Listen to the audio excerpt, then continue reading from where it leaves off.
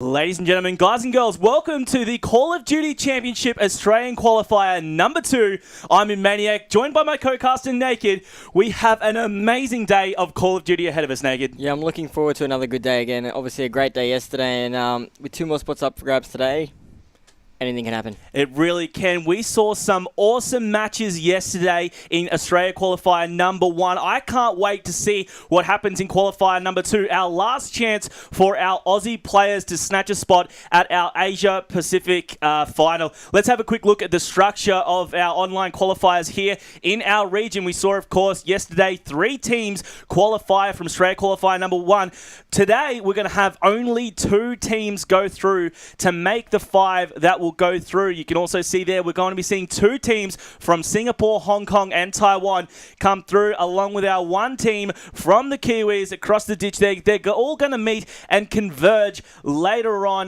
The details of the Asia Pacific finals are still to be announced, but at that event we will see our 8 qualified teams compete live for the top, and where the top 3 teams will go to the Call of Duty World Championship in March, held in LA, where 32 of the world's best teams compete live for $1 million. We touched on this a little bit yesterday, Naked. This is the premier esports event for Call of Duty, and this is what all competitive Call of Duty players aspire to. Yeah, pretty much for most teams, especially funding-wise and that, this is the only event you'll probably get to a chance to attend an event overseas, obviously thanks to Activision and ACL for putting the event together, but it's not even just getting overseas, it's $1 million prize pool. This happens literally once a year at the moment, and there's nothing like it, and I've obviously been there twice, and there's nothing that I've ever been to, even after being at other events. There's nothing that compares to this kind of event.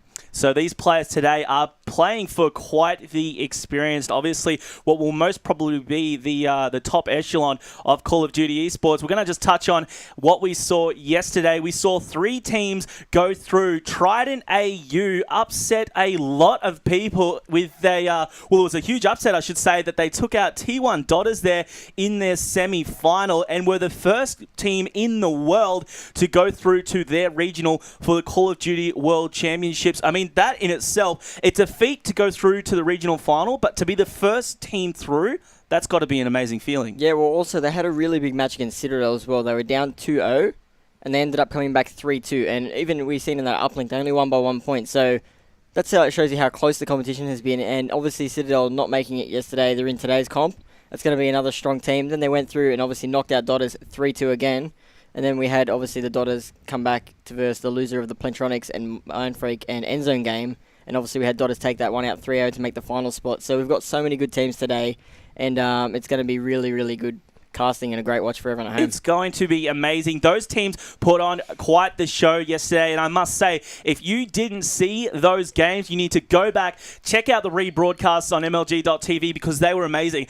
That game, that series between T1 Dotters and it was Trident, that was an amazing series, but also that Vanquish one. Getting into the game we're going to be going into now, we've got the team of Lollipop versus JDK. We've got Goonie, Vozzy, Light, and Val up against Pasika, Squashy, Nino, and Textbook Tate. We're going to be jumping straight into our first game, and Naked, it's going to be hard point on Biolab. Yeah, I'm really excited to see Nino back in the action after a few years. He's one of the veteran players from the community, and I'd like to see how he sort of responds, obviously, to a new and different game, and I don't think he's competed for several titles.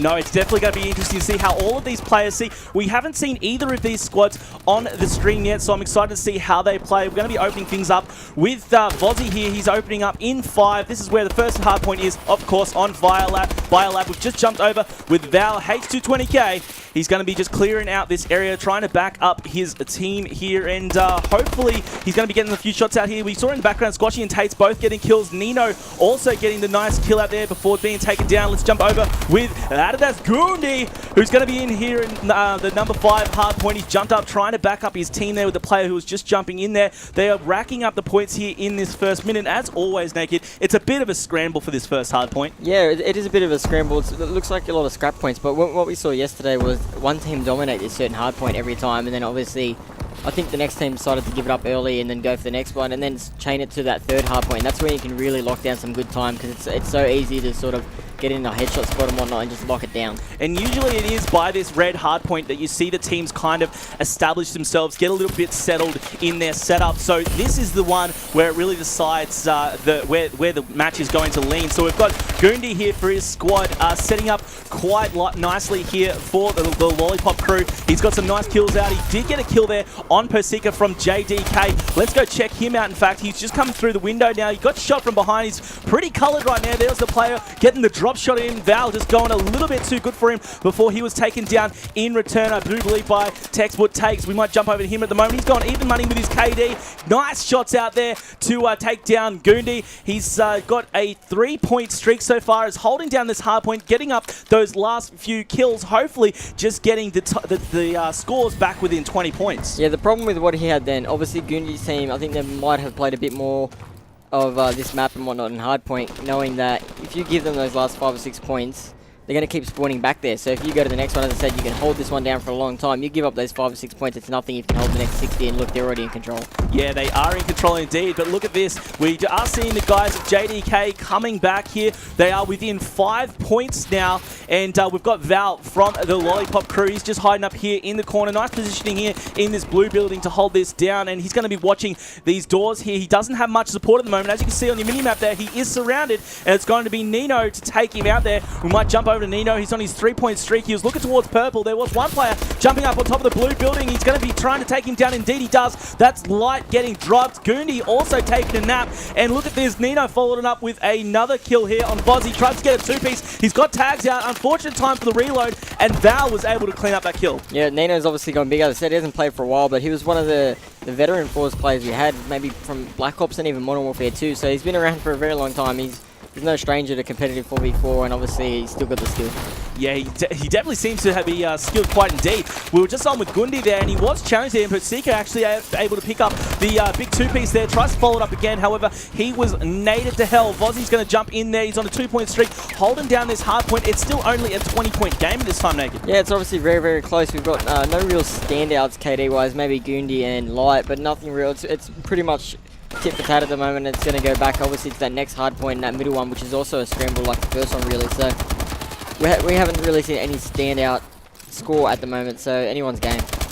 It still looks to be anyone's game at the moment. We're still watching these guys of Lollipop. They've got a nice setup at the moment. We've got Gundi up here, up high on this green roof. This hard point will be rotating very soon, so we're going to be seeing these teams move out, try and get set up in the next one. I'm going to go jump over to Textbook Takes. He's watching the tunnel there from Red, and he did get one kill there, and he's going to try and follow up with another full Red. He's got to hide in the corner here, hopefully not taken out. Tries to get that pre-fire as he looks through the tunnel. He's still holding down his biolab. This is 3 points for these guys right now, is he doesn't seem to be contested at all, and these points are just being racked up for JDK. They are a little bit behind now, but 30 points isn't really much when you've still got over 5 minutes left in the game. But obviously we do want to see these guys from Lollipop get back in control. But look at this, all 4 players from JDK were holding down this biolab. Now question, do you want your whole squad in this hard point? Maybe for this certain one hard point, it's very easy to come through. Obviously, you've got 4 entrances, windows, nades, and all that stuff. And if you can stack players, as we were saying yesterday, it's really hard to get a double kill on this game if you've got people flying everywhere with the exo ability. Yep. So they're doing the right thing, but obviously now Gundi and Co have come through and taken back and made a pretty good lead for himself again. Yeah, it looks like that way, and you saw Gundi there just watching the window. There was very nice positioning here, and as you can see, they're going to be rotating back towards the 5 building now, and Gundi already there. He's going to be starting racking points up for this Lollipop squad straight away, looking towards the biolab, gets some tags out, and he's going to be jumping up high. Nice positioning, gets the assist, looks back towards the window. He knows where to expect these players from, gets the explode there on the barrels, and he's going to be trying to just hold this down. You can see in your minimap, no one's in a position to challenge them yet, but there's going to be a flank happening over here from Squashy. Let's go check him out to see if he can catch them off guard. He's going to be diving into 5 here. It is obviously contested. Finds a player in the corner, but Vozzy is going to be a little bit too good for him. As I say that, he just does get taken down, but he's gone 20 for 14 right now. Yeah, the boys are really pulling away. As we were saying before, there was no one really standing out stats-wise, and now they're all got pretty good stats besides Val. But then you've got on the other team, they're all almost hitting that kind of double negative area, and that's obviously now they've started to pull away on the kills. And as we were saying yesterday, very kill-dominated game type is hardpoint. Yeah, and it looks like, as you were just saying, that they seem to be walking away with the score now. We saw it was Nina Matic trying to help his squad get these consolation points at the end of this hardpoint. It is going to be rotating now over towards the red hardpoint. Light's already in there for the Lollipop Brigade, and he's looking around. There is a player getting the flank on him. That's Pasika, but H220 is going to get some quick revenge on him. He's also holding down the hardpoint, getting those shots out towards that red generator. Checks the roof. He tries to do the hip fire. Wasn't good enough, though. But as you can see here, they are almost double the score of this JDK squad. JDK haven't even hit their triple digits yet, and considering that Lollipop are on 185 right now and climbing, I think it shows who's the dominant squad on this map. Yeah, you can even just look at the kill feed. It's lighting up blue. Obviously, the Senegal team winning right now. So it's pretty close to almost wrapping up. We've only got about 180 points left in the game, and I don't think we're going to make it past another 2 hard points, really, with how dominant this team has been.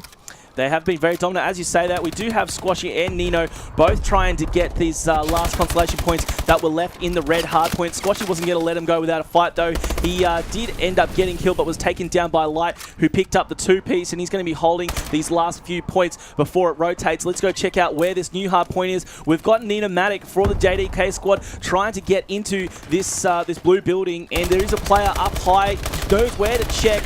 Nice prediction there. That is a pretty common spot for players to hide in this room. Nino's going to just hide down low here to try and rack up some points. He was tagged heavily by that nade. However, they do have the points. They are climbing, but you can see 3 blue arrows coming in on that minimap. Well, what you saw from the transition from that hard point, you're seeing the Lollipops actually leave that hard point with about 10 seconds to go, and they actually 3 of them got into the building ready for the next one, which is a smart play. Unluckily, Squashy got in there and took all 3 of them out, really, with the distraction of Nino, and sort of they wasted that 10 seconds, then lost the start of the hard point with the points, but they had the right idea, just not the execution then. Totally agree. I just want to point out, Gundi actually just picked up a nice 3-piece there, holding down this hard point. They only need 10 more points as well with 2 minutes to go. It looks like it's going all Lollipop's way right now. He is tagged heavily from behind. He's trying to survive these last few seconds. 2 more points they need, and it's going to just rotate right at the last second, but there was already a player there from Lollipop. Easy victory for these guys, 250 to 117. Yeah, well, basically after the very first rotation, there was only about 30 points in it, and then after that, I'd say the Lollipops only conceded about another 30 or 40 points, and it was just complete domination after the second rotation. Yeah, it seems to be always that map. First game, first series of the day, they find their stride. It took those first couple of hard points. After that, they had it, found their stride, and they just kept walking away with it. In fact, I think they may have sprinted away with it. We didn't see the guys from JDK breaking into the triple digits for quite a while, and as you can see there on your score screen, we've got Adidas, Gundi, and Light both picking up the 30 bombs, 34 for 16 to Light, going huge with over double positive, everyone negative on the JDK squad. Pretty self-explanatory game. Yeah, well, obviously moving into S&D, as you said yesterday, teams losing the hardpoint most of the time ended up winning the series. Of course, there was the 2 occasions where we had 3-0s, which that didn't count, but moving into the S&D now, obviously a different game type. I think it's going to be completely hooted down to who's more experienced in S&D. I don't think many teams have been playing together as much since the 18+ rule, obviously.